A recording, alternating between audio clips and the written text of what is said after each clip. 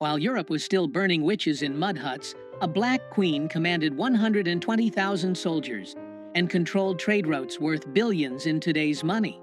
Her name was deliberately erased from your textbooks. She wasn't alone. 5 African queens built empires so powerful that European kings begged for their gold, then rewrote history to pretend they never existed. This is their story. Let's go back, way back. We're talking about a time when the word Europe barely meant anything. When Rome was just getting started and Greece was still figuring out democracy. During these centuries, while tribal villages dotted the European landscape, African queens were already commanding armies of thousands, building architectural marvels, and controlling trade routes that connected 3 continents. These weren't ceremonial figureheads wearing crowns for show. These were military generals who led from the front lines. Economic masterminds who controlled resources that made kingdoms rich beyond measure. Builders of civilizations so advanced that when Europeans finally arrived centuries later, they literally couldn't believe black people had created them. But here's the thing they don't teach you in school. Here's the part that gets conveniently left out of every history textbook you've ever opened. European colonizers didn't just conquer Africa. They waged a war on African memory itself. They systematically destroyed libraries, burned ancient texts, melted down golden artifacts, and demolished temples. They renamed cities, redrew maps, and when they found archaeological evidence they couldn't destroy, they simply lied about who built it. They claimed Egyptians weren't really African. They said Nubians were actually more Middle Eastern. They looked at stone cities in Zimbabwe and declared with absolute confidence that Africans couldn't possibly have built something so sophisticated. It must have been foreigners. It must have been anyone else. This wasn't accidental. This was policy. Because if you're going to enslave millions of people, if you're going to colonize an entire continent and extract its wealth for centuries, you need a story that justifies it. You need the world to believe that these people had no civilization, no history, no greatness. You need everyone to think you're bringing light to darkness, civilization to savagery. And so the lie became curriculum. The lie became fact. The lie became the only story most people would ever hear. But the truth survived. In oral histories passed down through generations. In archaeological sites they couldn't completely erase. In ancient texts written by Greeks, Romans, and Arabs who actually visited these kingdoms and wrote about their magnificence. And in the stories of 5 queens whose power was so undeniable that even centuries of erasure couldn't completely bury them. The first queen we need to talk about lived almost 3,000 years ago. Her name was Makeda, though you might know her as the Queen of Sheba. She ruled a kingdom that spanned modern-day Ethiopia and Yemen, and she controlled something that made her phenomenally wealthy: frankincense and myrrh. If you've only heard those words in Christmas carols, understand this. In the ancient world, these resins were worth more than gold. They were used in religious ceremonies, medicine, perfumes, and embalming. Controlling the frankincense trade was like controlling oil in the modern world. Makeda didn't just have money. She had the kind of power that made other rulers need her. The Bible tells a story about her visiting King Solomon in Jerusalem. She heard about his wisdom and decided to test him with hard questions, bringing gifts of spices, gold, and precious stones. What the Sunday school version leaves out is the political dimension of this visit. This was a diplomatic mission between 2 superpowers. Solomon needed her trade routes. She needed to assess whether an alliance made sense. According to Ethiopian tradition, they had a son together named Menelik, who became the first emperor of Ethiopia and established a dynasty that ruled for 3,000 years. 3,000 years. Let that sink in. But here's where the erasure begins. For centuries, European scholars insisted that the Queen of Sheba must have been Arab, not African. They couldn't accept that a black woman had the wealth and intelligence to impress Solomon. They twisted geography, ignored Ethiopian historical texts, and created elaborate theories to avoid giving credit where it was due. Because acknowledging that a black African queen ruled one of the ancient world's wealthiest kingdoms, that she was educated enough to challenge Solomon's wisdom, that she was powerful enough to negotiate as an equal. That would contradict everything they needed people to believe about Africa. Now let's jump forward to around 40 BCE. The Roman Empire is at its height. Caesar Augustus, the first Roman emperor, is expanding his territory in every direction. Rome is supposed to be invincible, the greatest military force the world has ever seen. And then they meet Queen Amanirenas of Kush. Kush, located in what's now Sudan, was also called Nubia. It was an ancient civilization that had been around longer than Rome itself. They had their own pyramids, their own written language, their own sophisticated society, and they had no intention of bowing to Rome. When Augustus tried to impose taxes on Nubia after conquering Egypt, Amanirenas gave him an answer he wasn't expecting. She raised an army of 30,000 soldiers, marched north, and absolutely destroyed 3 Roman forts. She didn't just defeat the soldiers, she sent a message. She beheaded statues of Augustus and buried his bronze head under the steps of a temple so people would walk over his face for eternity. That head, by the way, is now in the British Museum, though they rarely mention this part of the story. Rome was furious. This wasn't supposed to happen. They sent 10,000 legionnaires south to crush this rebellion. And then something extraordinary occurred. Amanirenas fought them to a standstill. For 5 years, this one-eyed warrior queen held off the greatest military machine in the ancient world. She used guerrilla tactics, superior knowledge of the terrain, and tactical brilliance to make every Roman victory Pyrrhic. The war became too expensive, too bloody, too difficult. And so Rome, the empire that supposedly never surrendered, did something almost unthinkable. They negotiated a peace treaty. They agreed to exempt Kush from all taxes. They pulled their troops back and let Amanirenas keep her kingdom independent. Think about that for a second. A black African queen defeated the Roman Empire. Not in legend, not in myth, but in documented historical fact. Roman historians wrote about it. Archaeological evidence confirms it. And yet, how many people have ever heard of Amanirenas? How many history classes teach that Rome lost a war to a Nubian queen? The story gets buried in footnotes, while Roman victories over barbarians fill entire chapters. Because acknowledging that a black woman outmaneuvered and defeated Roman generals disrupts the entire narrative of Western superiority.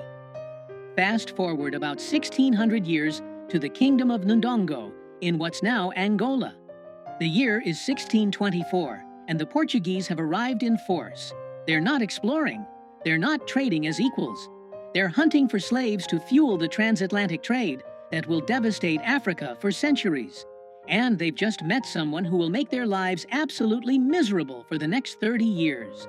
Her name is Nzinga Mbande. Nzinga was born into royalty, but she had to fight for every ounce of respect in a world determined to deny it to her. When she first met with the Portuguese governor as her brother's ambassador, they deliberately didn't provide her with a chair. It was a power move, meant to force her to stand or sit on the floor while the governor sat elevated. Nzinga refused to accept the disrespect. She gestured to one of her servants, who immediately got on hands and knees, and she sat on her servant's back as if it were a throne. She negotiated the entire treaty from that position, making it clear that she would not be looked down upon. When her brother died under suspicious circumstances and she took the throne, the Portuguese thought they could manipulate or intimidate her. They were catastrophically wrong, and Nzinga proved to be a military genius who understood something the Portuguese didn't expect from an African ruler. She understood European politics.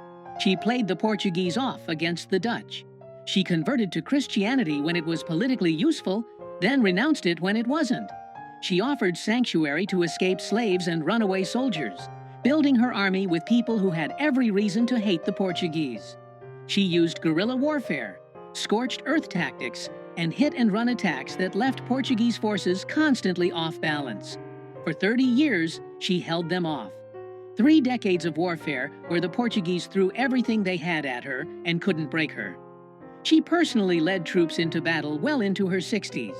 She negotiated treaties, broke them when necessary, and refused every attempt to make her submit. When she died at age 80, she died undefeated. having freed thousands of enslaved Africans and having prevented the Portuguese from fully conquering her kingdom during her lifetime. And how did history remember her? Portuguese records called her a witch, a savage, a demon. They couldn't admit that they'd been fought to a standstill by a black woman, so they demonized her instead. For centuries, her story was either erased or twisted into propaganda about African barbarism. Only recently have historians begun to recognize her for what she actually was, one of the greatest military and political minds of her era, fighting a desperate war against an enemy that wanted to enslave her entire people. But let's go back even further, because we need to talk about a title rather than a single person. In the kingdom of Kush, there was a word, Kandak. In Greek, it became Candace. It meant queen, but not just any queen. It meant a warrior queen who ruled independently, who commanded armies, who made her own decisions without a king telling her what to do.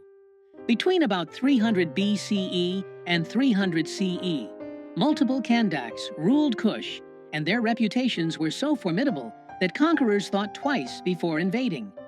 When Alexander the Great was sweeping across the known world, conquering everything in his path, he reached the borders of Nubia and stopped. Ancient sources suggest he heard about the Kandaks and their military prowess, and decided the fight wasn't worth it. Think about that. Alexander, who conquered from Greece to India, who defeated the Persian Empire, who was called the Great, precisely because he seemed unstoppable, looked at Nubia and said, "No thank you." The warrior queens of Kush had a reputation that made even Alexander hesitate. These queens built pyramids.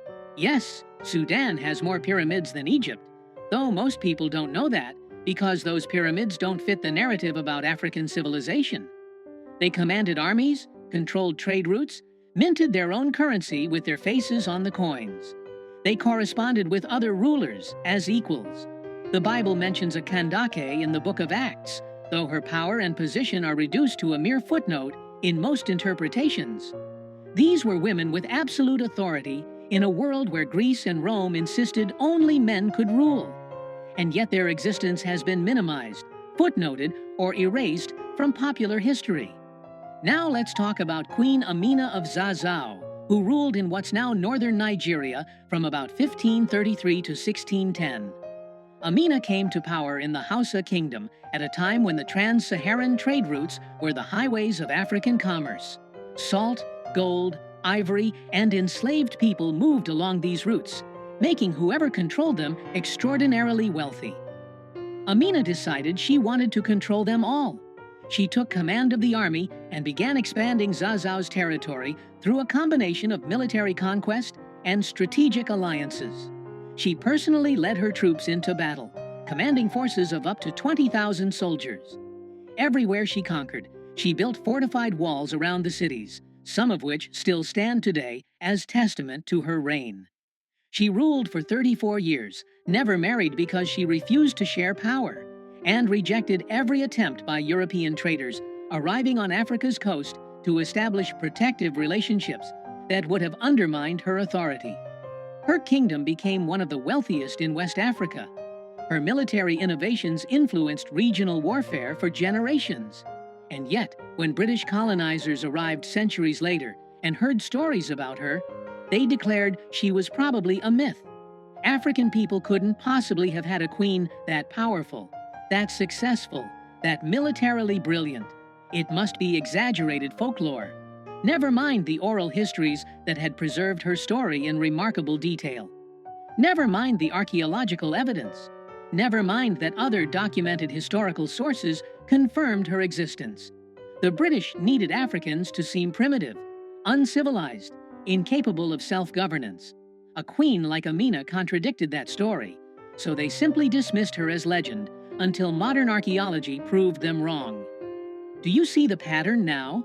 Do you understand what was done? It wasn't just about conquering territory, it was about conquering memory.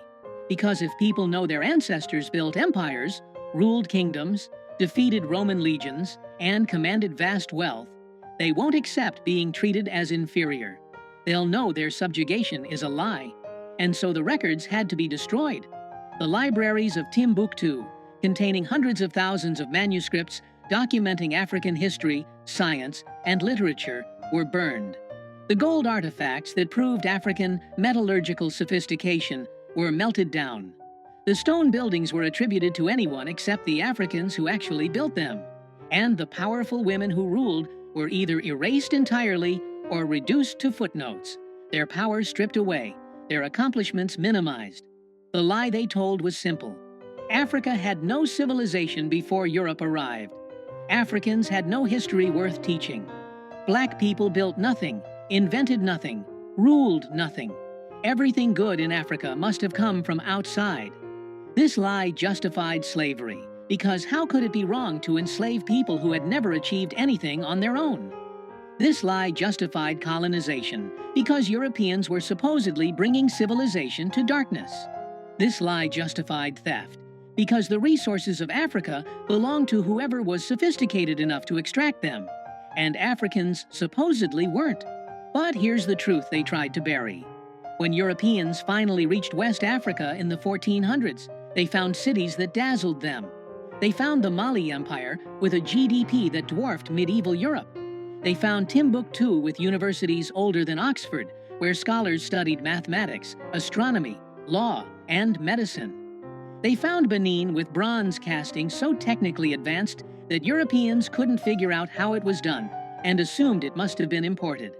They found Great Zimbabwe with stone architecture so sophisticated that colonizers spent decades insisting Phoenicians or Arabs must have built it, because accepting that Africans created it was ideologically impossible. They found Mansa Musa, a black emperor who went on Hajj to Mecca and gave away so much gold along the way that he crashed the Mediterranean economy for years. He was literally too rich for the economic systems of his time to handle. He built libraries, universities, and mosques. He turned Timbuktu into an intellectual center of the Islamic world. And he did all of this while ruling an empire larger than Western Europe. And yes, they found evidence of these 5 queens and dozens more like them. Women who commanded armies, while European women couldn't own property. Women who controlled trade routes, while European women were burned as witches if they were too educated. Women who built dynasties that lasted longer than most European kingdoms existed. African civilizations didn't fall because they were primitive or inferior. They were systematically destroyed by the transatlantic slave trade and European colonization. Over 400 years, an estimated 12 to 15 million Africans were kidnapped and enslaved. Entire regions were depopulated. Sophisticated political structures were deliberately shattered. Economic systems were redirected to serve European interests. And then, when colonizers had finished extracting wealth and destroying societies, they pointed at the devastation they'd caused and said, "See? They were never civilized to begin with." The evidence of the lie is everywhere if you know where to look. Ancient Greek historians like Herodotus openly wrote about traveling to Africa and learning from African scholars. The Bible is full of references to powerful African kingdoms. Kush is mentioned repeatedly. Ethiopia is referenced throughout. Roman coins show extensive trade with Nubian empires. Medieval Arab scholars wrote detailed accounts of visiting West African kingdoms and being amazed by their wealth and sophistication. The proof was never actually hidden. It was just ignored, dismissed, or reinterpreted to maintain the narrative of African inferiority. But by the 1800s, when colonization was reaching its peak, this history was being actively suppressed. It was classified or hidden in archives where only scholars could access it. It was removed from educational curricula. It was declared unreliable or exaggerated. Because if people knew that Africa had queens ruling empires, while Europe was barely literate, how could you justify the colonial project? If people knew that Africans had sophisticated political systems, advanced architecture, and thriving universities, how could you claim they needed European civilization? The most revolutionary act, it turns out, is remembering. It's refusing to accept the sanitized, whitewashed version of history that makes European dominance seem natural and inevitable. It's digging up the stories they tried to bury and shouting them loud enough that they can't be ignored anymore. These 5 queens weren't exceptions. They weren't rare anomalies in an otherwise primitive continent. They were products of sophisticated societies that valued different things than European societies did. Societies where women could hold ultimate power, where military prowess mattered more than gender, where wealth and learning flourished long before Europe emerged from its dark ages. Their stories weren't lost. They were stolen, deliberately, systematically, as part of a centuries-long campaign to make people forget that black civilizations built empires, that black rulers commanded respect from other world powers, that black people have always been capable of extraordinary achievement when not subjected to systematic oppression and erasure. History is written by conquerors, yes, but the truth survives. It survives in the archaeological evidence they couldn't completely destroy. It survives in oral traditions passed down through generations, despite every attempt to silence them. It survives in the ancient texts that documented these kingdoms before anyone had a political reason to pretend they didn't exist. And it survives in the DNA of every person descended from these civilizations, carrying the legacy of queens and emperors, whether they know it or not. Erasing a people's past is how you control their future. If you don't know your ancestors built empires, commanded armies, accumulated wealth that made European kings jealous, and ruled with wisdom that other civilizations respected, then you might believe the lie that you're inherently inferior. You might accept subjugation as natural. You might not fight for the power that is your birthright, but resistance is black history. From Amanirenas defeating Rome to Nzinga fighting Portuguese colonizers, from the Kandakes building pyramids to Amina expanding kingdoms, every generation has fought erasure. Every generation has refused to disappear. Every generation has preserved some piece of the truth and passed it forward. Your textbooks lied. These queens ruled the world before Europe even knew that world existed. They commanded wealth, respect, and power that rivaled anything their contemporaries achieved. And remembering them isn't just about correcting historical inaccuracy. It's about understanding that the current world order, where European and European-descended powers dominate, isn't natural or inevitable. It's the result of specific historical processes of violence, theft, and erasure. It's a construct that can be challenged and changed. Because the most dangerous thing you can do to a system built on lies is tell the truth. The truth that Africa had civilizations when Europe had villages. The truth that black women ruled empires with authority that made men bow. The truth that African achievement was systematically erased to justify centuries of exploitation. The truth that we carry the legacy of queens, remember their names, tell their stories, refuse to let them be forgotten again. Because they didn't fight their wars, build their empires, and rule their kingdoms so that their descendants would believe the lies of their conquerors. They did it so we would know, so we would remember, so we would understand that greatness is our inheritance, no matter how many centuries of propaganda say otherwise.